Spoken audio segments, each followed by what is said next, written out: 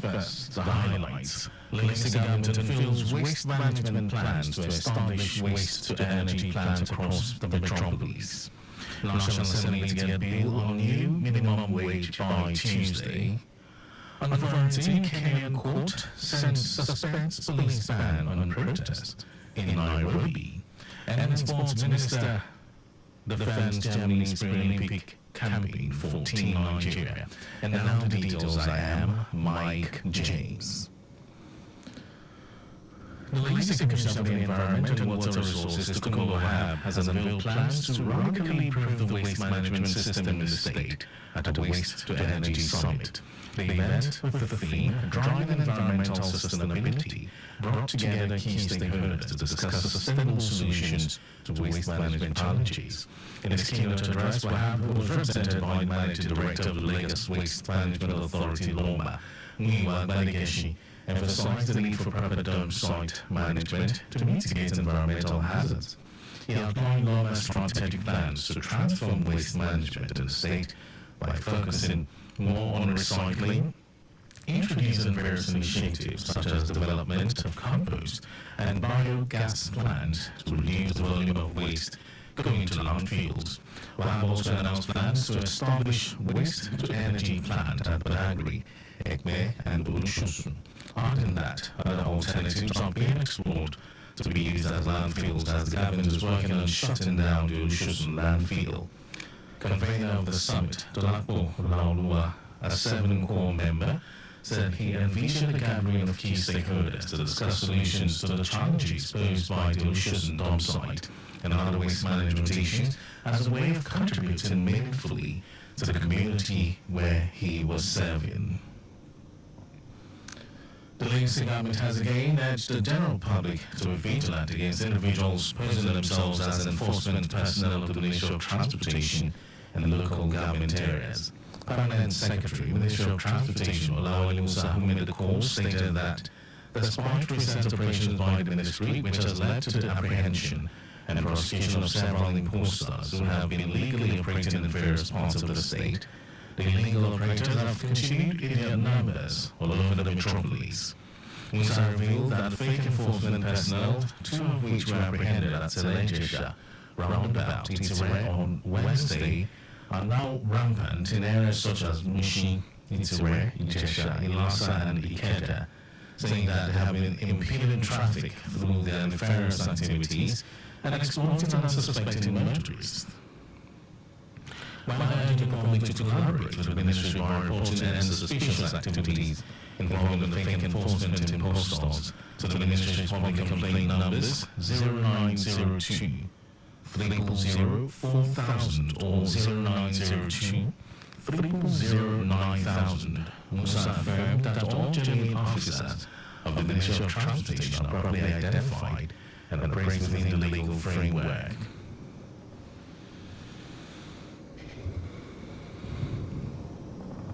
Nigerians from various walks of life has converged on Lagos to discuss issues bordering on social justice, equity and patriotism, amid calls for a level playing field for citizens to thrive regardless of tribe, tongues and status. These calls were made at the 2024 public lecture of the Yoruba Tennis Club with the topic, Where are the Nigerians? A study on patriotism and citizenship.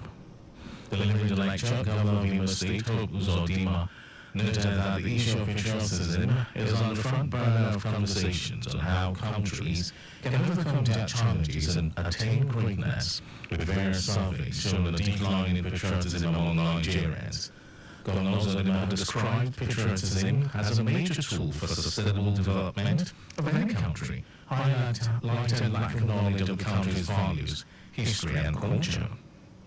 Critical assessment of the government and personal negative experiences such as corruption, injustice and inequity as threats to patriotism in Nigeria.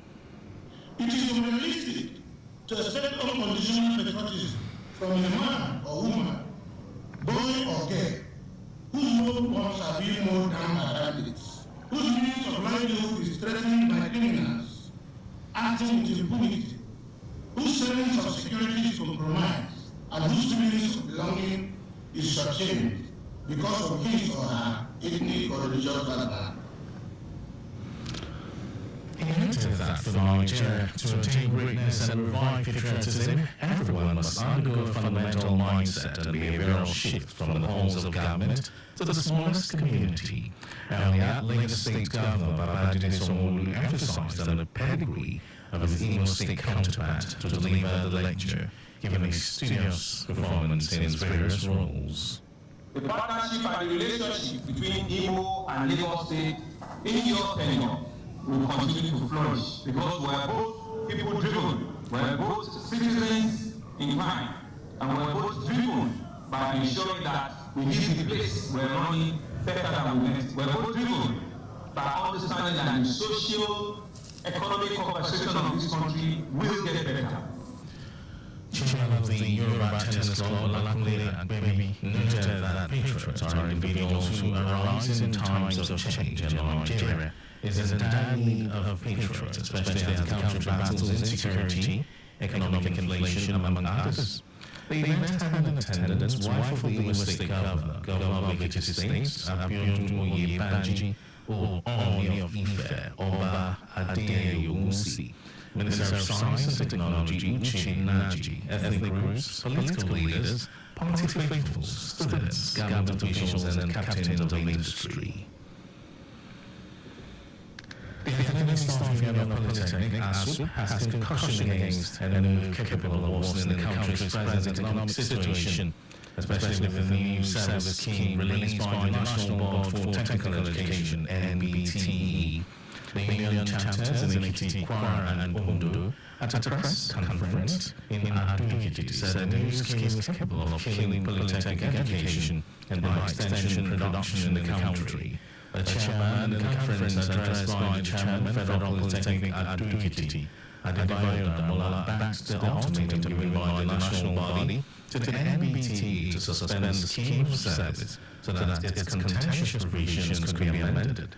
The ASUP National Executive Committee gave the NBTE a 15-day ultimatum, which would expire in July 22 to withdraw it, so that its vexatious contents, which it said was inimical to the existence of the polytechnic system, could be reviewed by stakeholders and amended.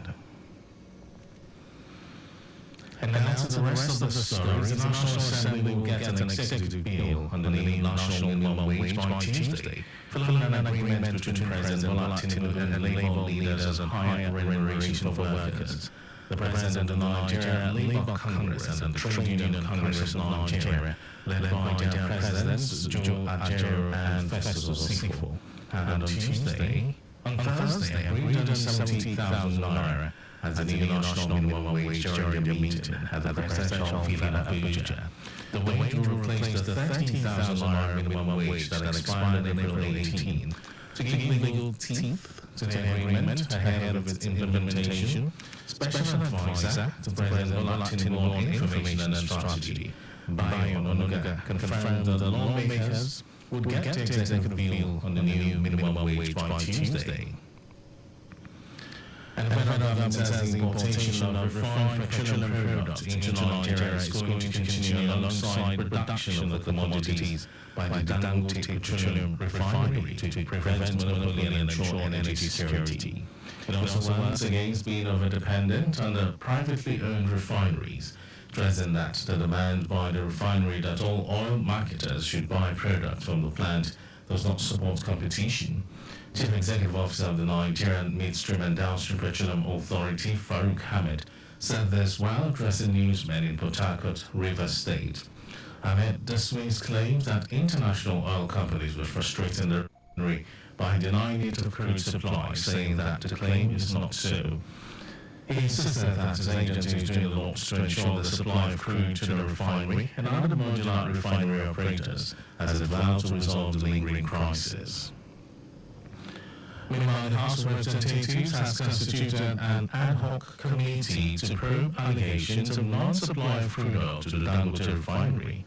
And this following the adoption of a motion of urgent public importance moved by the minority leader of the House, Kingsley Chinda, during plenary on Thursday. Chinda told his colleagues that the management of the refinery recently accused international oil companies, IOCs, operating in the country of conspiracy in an attempt to frustrate the smooth operations of the company. He said there is an urgent need to look into these allegations and break all forms of dominance and monopoly of the petroleum sector by the IOCs and confirm the quantum federal government interest in the refinery. Following the overwhelming support for the motion, the Speaker, Tajudeen Abbas, announced the constitution of an ad hoc committee tasked to investigate the inability of the NNPCL to subscribe for the 20% shares in the refinery and report back within 4 weeks for further legislative action. And in some foreign news, a Kenyan court has suspended the police ban on protests in the capital, stating that citizens have a right to demonstrate peacefully. Before the High Court's decision on Thursday, police had barred protests in Nairobi indefinitely, saying they lacked leadership that would ensure peaceful demonstration. The judge issued a conservatory order to prevent the ban from being enforced, pending the final ruling on the case, and the court said it will hold another hearing on July 29. The suspension came for a planned protest in which demonstrators were expected to march to the President's office calling for his resignation of poor governance. Kenya has seen a month of protests that started with calls for legislators to vote against a controversial finance bill that was proposing higher taxes amid the cost of living crisis and ballooning public debt. According to the Kenya National Commission on Human Rights, at least 50 people have died since the protests began on June 18. And then to sports news, Minister of Sports Development John Enna has defended the choice of Germany as the pre-Paris 2024 Olympic camp for Team Nigeria.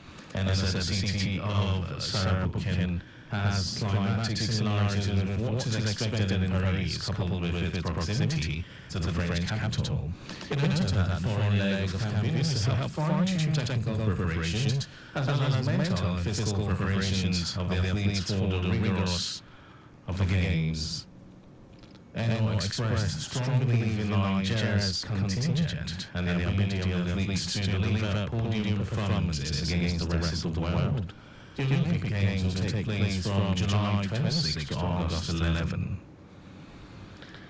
And that's our news at 10, just before we go. Slow down at road junctions, intersections and pedestrian crossings. You can follow us on like all our various social media platforms. X, Traffic Radio 961. Facebook, Lagos Traffic Radio 96.1 FM. Instagram, Lagos Traffic Radio 961. Subscribe and watch our news and programs live on YouTube. Traffic Radio 961. And you can also visit our website www.trafficradio961.ng. Did you know that the Songolo administration renovated 197 public schools across the state? You can get more details on the latest state government website and when these are highlights of the major stories. The Lagos State Commission for the Environment and Water Resources, the Takungo has unveiled plans to radically improve the waste management system in the state. The National Assembly will get an executive bill on the new national minimum wage by Tuesday, following an agreement between President Bola Tinubu and Labour leaders on higher remuneration for workers. We also told you that the Kenyan court has suspended the police ban on protests in the capital, stating that citizens have a right to demonstrate peacefully. And then Minister of Sports Development John Enna has defended the choice of Germany as a pre-Paris 2024 Olympic camp for Team Nigeria. And for contact with the newsroom, send a message to info@trafficradio961.ng. The end of the broadcast was compiled by Abiola Fagalago. Thank you for listening, Lagos. My name is Mike James. Good morning.